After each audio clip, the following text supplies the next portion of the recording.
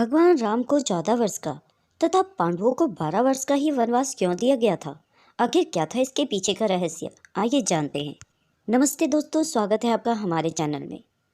दोस्तों, बात उस समय की है जब अयोध्या में भगवान राम के राज्याभिषेक की तैयारी चल रही थी। तभी मंत्रा के बहकावे में आकर कैकई ने अपने पुत्र भरत के लिए सिंहासन और राम के लिए 14 वर्ष का वनवास मांग लिया था। दोस्तों, रामायण और महाभारत की कथा तो हम सभी लोग जानते हैं। जैसे कि रामायण, रामचरितमानस और महाभारत जैसे ग्रंथों में ही नहीं, बल्कि पौराणिक कथाओं पर आधारित धारावाहिकों में भी हम इसके बारे में ठीक से जान चुके हैं। जैसा कि रामायण सीरियल में भी दिखाया गया है और आप जानते भी होंगे कि प्रभु श्री राम को 14 वर्ष का वनवास हुआ था।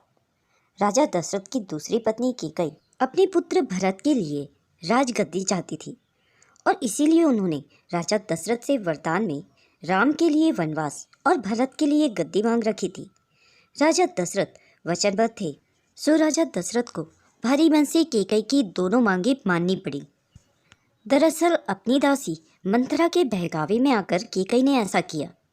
मंथरा ने ही उसे कहा था कि राजा दशरथ परंपरा के अनुसार अपने बड़े और प्रिय बेटे राम का राज्याभिषेक करने वाले हैं और ऐसे में कैकई के बेटे दशरथ को अपने बड़े भाई का दास बनकर रहना पड़ेगा। इसी बहकावे में आकर कैकई ने राजा दशरथ से अपने 2 वरदान मांग लिए। इन 2 वरदानों के पीछे भी एक कहानी है। एक बार जब युद्ध के दौरान राजा दशरथ के प्राण संकट में थे, तब कैकई ने ही उनकी मदद की थी। उस युद्ध में वह भी राजा दशरथ के साथ गई थी। उस युद्ध में कैकई ने राजा दशरथ के प्राण बचाए थे, तो खुश होकर राजा ने 2 वरदान मांगने को कहा। तब कैकई ने कहा था कि समय आने पर वो मांग लेगी। जब अयोध्या में राम का राज्याभिषेक की तैयारी चल रही थी, तभी मंत्रा के बहकावे में आकर कैकई ने अपने बेटे भरत के लिए राजगद्दी और भगवान राम के लिए 14 वर्ष का वनवास मांग लिया। लेकिन सवाल ये उठता है कि 14 वर्ष के लिए ही क्यों कैकई ने राम के लिए 10, 12 या 15 या उससे कम वर्षों के लिए वनवास क्यों नहीं मांगा?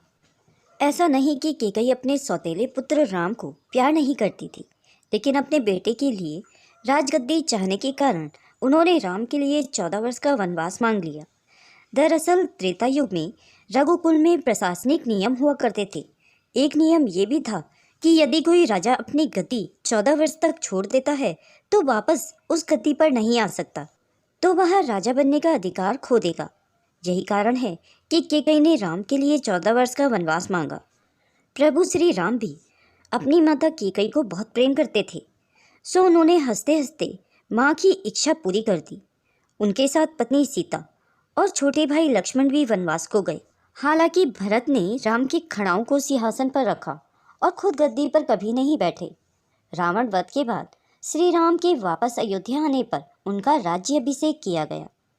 महाभारत में भी एक प्रसंग ऐसा ही आता है जो मन में यह सवाल पैदा करता है कि आखिर पांडवों को 12 वर्ष का वनवास और 1 साल का अज्ञातवास क्यों दिया गया था?